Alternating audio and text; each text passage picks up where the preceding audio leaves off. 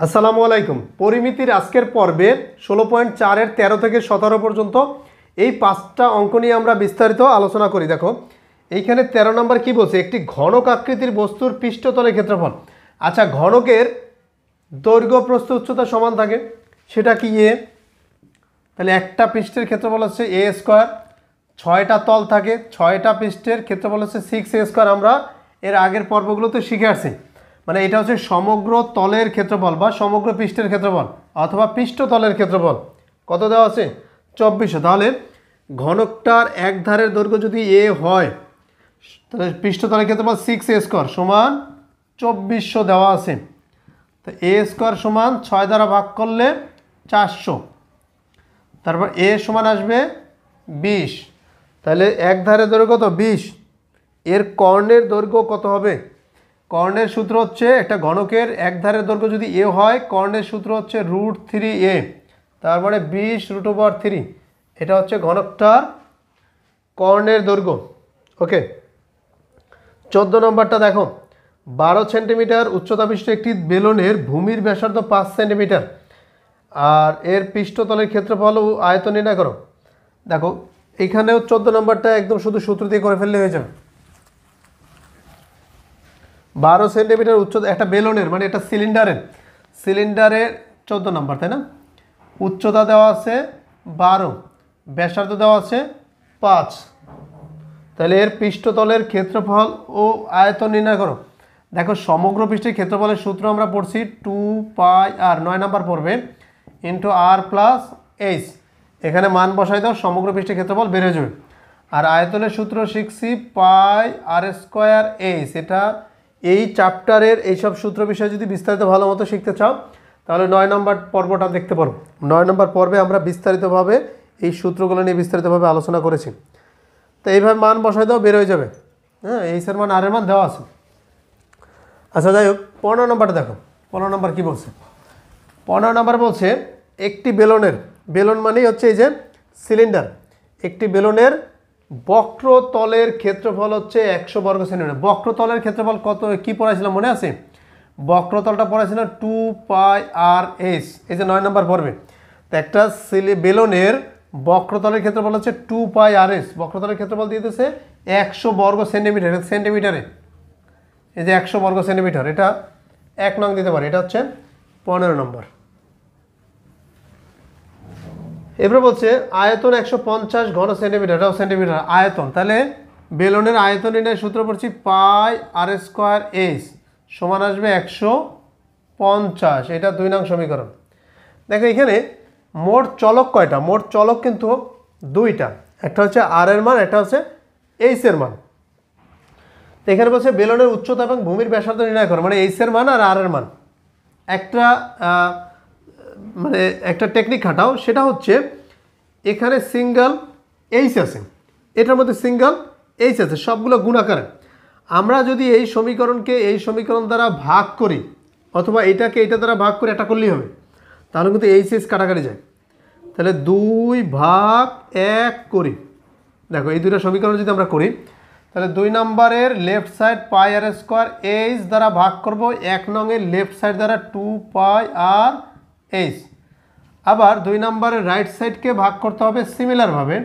এখানে লেফট সাইডে তুমি 2 নম্বরটা উপরে দিছো, রাইট সাইডেও তোমার 2 নম্বরের, মানে এই যে 2 নম্বর রাইট সাইড দিতে হবে উপরে 100। এইচ এইচ কাটাকাটি যাবে, পাই কাটাকাটি যাবে, আর আর কাটাকাটি যাবে, উপরে থাকবে একটা আর, নিচে থাকবে 2। দেখো এখানে এইচ এইচ কেটে দিলাম, এই পাই কেটে দিলাম, এই যে এইচ এইচ কেটে দিলাম, পাই কেটে দিলাম, বাকি আছে কি? নিচে আছে r2 আর উপরে আছে r²। একটা আর এর সাথে একটা আর কাটাকাটি, তাহলে উপরে একটা আর থাকে, নিচে থাকে 2। আর এটাকে 50 দ্বারা ভাগ করলে 2, এটাকে 50 দ্বারা ভাগ করলে 3। এই 2 কেটে দিতে পারো, তাহলে আর এর মান কত বের হয়ে যাবে? 3। সিম্পল। আর এর মান কত? 3। আর এর মান তুমি যদি এখানে বসাই দাও বা এখানে বসাই দাও, এক জায়গায় বসাই দিলেই চলবে, তাহলে কিন্তু তোমার এইচ এর মান বের হয়ে যাবে। ক্লিয়ার? তাহলে আমরা ব্যাসার্ধ, ভূমির ব্যাসার্ধ কত পেলাম? 3। এবার তুমি আর এর মান কত নঙে বসাবা? আর 1 মান 1 নঙে বসাই দাও।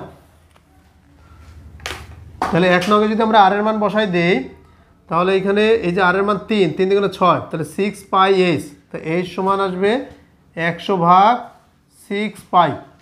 দেখো এখানে আমরা আর এর মান 3 বসান, 3 × 6, 6 পাই এইচ। তাহলে এইচটা রেখে দিলাম, 6 পাই এসে গেলে ভাগ হয়ে গেছে। এটার ক্যালকুলেটার চাপ দাও, দেখবা এই এইচের মানও বের হয়ে গেছে। সিম্পল। তো এটা ছিল আজকে আমাদের এই যে 15 নম্বর। এরপর আমরা 16 নম্বরটা দেখবো। 16 নম্বরটা কী বলছে?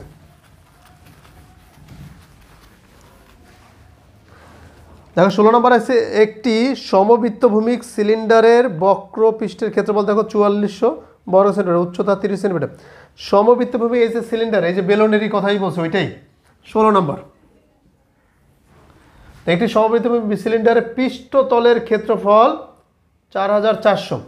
তাহলে আমরা সমবৃত্তভূমি বেলুনের উচ্চতাটাকে আমরা যদি ধরে নেই এইচ, আর ব্যাসার্ধটাকে যদি আমরা ধরে নেই আর, তাহলে বক্রপৃষ্ঠের ক্ষেত্রফল আছে 2 পাই আর এইচ সমান 4400।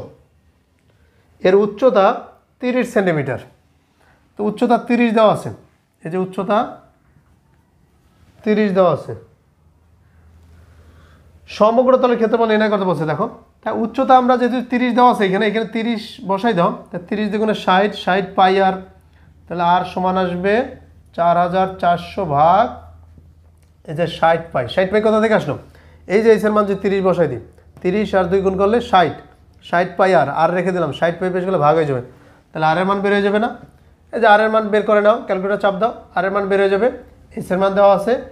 এবার আমাদের বলছে সমগ্র তলের ক্ষেত্রফল। তাহলে সমগ্র তলের ক্ষেত্রফল তো আমরা শিখছি 2 পাই আর ইন্টু আর প্লাস এইচ। এই যে এইচের মান তো আমাদের দেওয়াই আছে, আর আর এর মানটা এই যে এটার মাধ্যমে বের করে নিলাম। তো এইভাবে করে ফেলো, এই যে 16 নম্বর হয়ে যাবে। এটাও সহজ ছিল। এখন আমরা 17 নম্বর অঙ্কটা দেখব। 17 নম্বর অঙ্কটা অনেক সৃজনশীল আসছে, অতএব 17 নম্বরটা মোস্ট ইম্পর্টেন্ট। ক্লিয়ার? দেখো 17 নম্বর বলছে, একটি লোহার পাইপের ভিতরে ও বাইরের ব্যাস যথাক্রমে। এখন লোহার পাইপটা এটা একটা সিলিন্ড্রিক্যাল শেপ। দেখো সিলিন্ডার, এই যে এই খাতাটার দিকে তাকাও, এটাকে দিয়ে আমরা একটা সিলিন্ডার বানালাম। এই সিলিন্ডারটার দেখো কি আছে, এই যে গোল। এখন এই ভিতর থেকে, কেন্দ্র থেকে তুমি যদি একদম বাইর পর্যন্ত মাপো, তা সিলিন্ডারটার এইটা কীরকমের, যেমন ভিতর থেকে একটা পরিধি আছে, বাইরে থেকে একটা পরিধি আছে, মানে সিলিন্ডারটা এরকম করে এই গোল, তারপর ভিতর থেকে এই যে এরকম করে। এই অংশটুকু কোনটা বলো তো? এই অংশটুকু হচ্ছে, বলতেছি দাঁড়াও, দেখো এই সিলিন্ডারটার এই যে খাতা কতটুকু, ধরো এরকম একটা গোল লোহা দিয়ে, এটা পাইপ, এটা একটা পাইপ, রাইট? এই পাইপটার দৈর্ঘ্য দেওয়া আছে, বা এটাই হচ্ছে উচ্চতা। এই পাইপটার মাঝখান থেকে, এখান থেকে এই পর্যন্ত একটা ব্যাসার্ধ দেওয়া আছে, আর এইখান থেকে এই পর্যন্ত একটা ব্যাসার্ধ, দেখো বাহির পর্যন্ত। তাহলে আমাদের বলছে একটি লোহার পাইপের ভিতরে ও বাইরের ব্যাস বলছে 12 আর 14। ব্যাস কোনটা? এই এক মাথা থেকে আর এক মাথা পর্যন্ত, এটা হচ্ছে ভিতরে মাপ 12। তাহলে ব্যাসার্ধ কত হবে? 6 হয়ে যাবে। আর বাইরের যে মাপটা তোমার একদম বাইরে থেকে কেন্দ্র দিয়ে বাইর পর্যন্ত ব্যাস কত? 14। তাহলে ব্যাসার্ধ কত হবে? 7 হয়ে যাবে। ভালো করে বোঝো।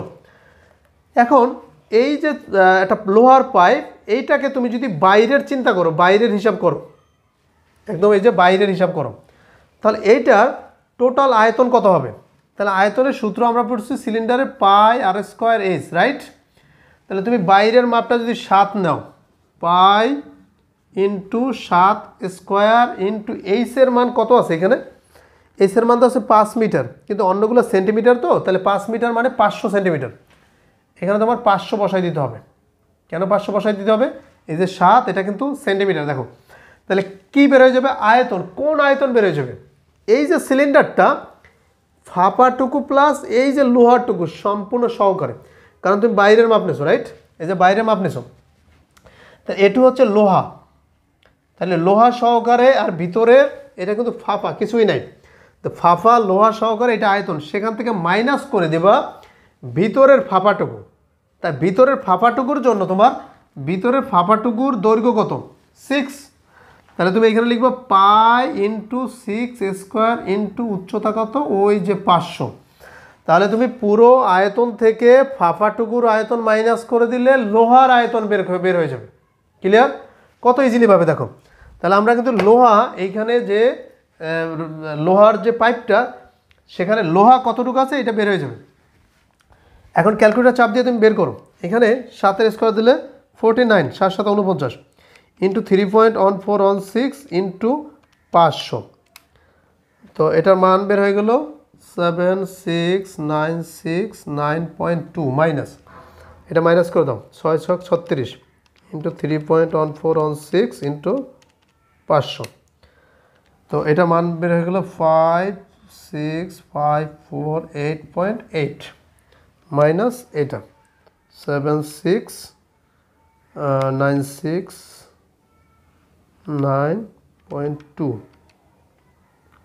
তাহলে আমাদের এটা কিন্তু মাইনাস করলে বের হয়ে গেল 2042.4 এত। এটা কিন্তু সেন্টিমিটার কিউব। ভালো করে দেখো, কারণ সবগুলো আমরা সেন্টিমিটার নিয়েছি। এই যে উচ্চতাটা কিন্তু মিটারে ছিল, তাও আমরা সেন্টিমিটারে যে 500 লিখছি, 5 মিটার ছিল 500 সেন্টিমিটার লিখছি।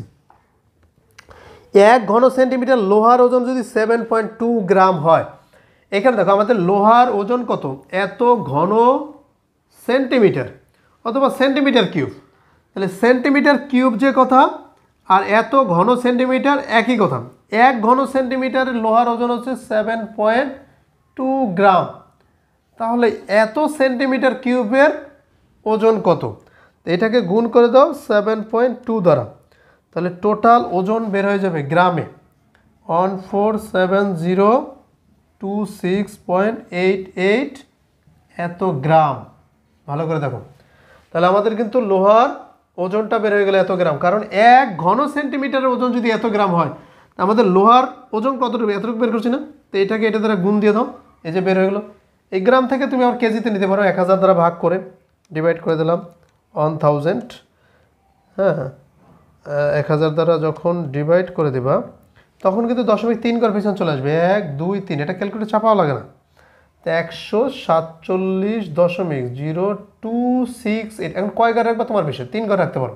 তাহলে 27 লিখতে পারো, এত কেজি, এটা আসবে কেজি। এখানে প্রায় কথাটা লিখে দিতে পারো, কারণ এটা তো আর একদম 100% ফিক্সড অনেক সময় হয় না। এই যে আমরা, কারণ এটাকে 1 বেশি লিখছি, যাই এটা লিখতে পারো, অথবা এখানে 6 8 8 সম্পূর্ণ লিখতে পারো। ঠিক আছে, এই ছিল আমাদের 17 নম্বর। আশা করি 17 নম্বর অঙ্কটা ভালো করে বুঝতে পারছো, কারণ 17 নম্বর অঙ্কটাতে অনেক সিচুয়েশন। আমরা যখন বোর্ড প্রশ্নগুলো সলভ করব, দেখবা যে 17 নম্বর অঙ্কটা অনেকবার আসছে বোর্ড কোশ্চেনে। এই জন্য এটা অনেক গুরুত্বপূর্ণ। আগামী পর্বে আমরা সৃজনশীল প্রশ্নগুলো নিয়ে বিস্তারিত আলোচনা করব। সেই পর্যন্ত ভালো থেকো, আল্লাহ হাফেজ।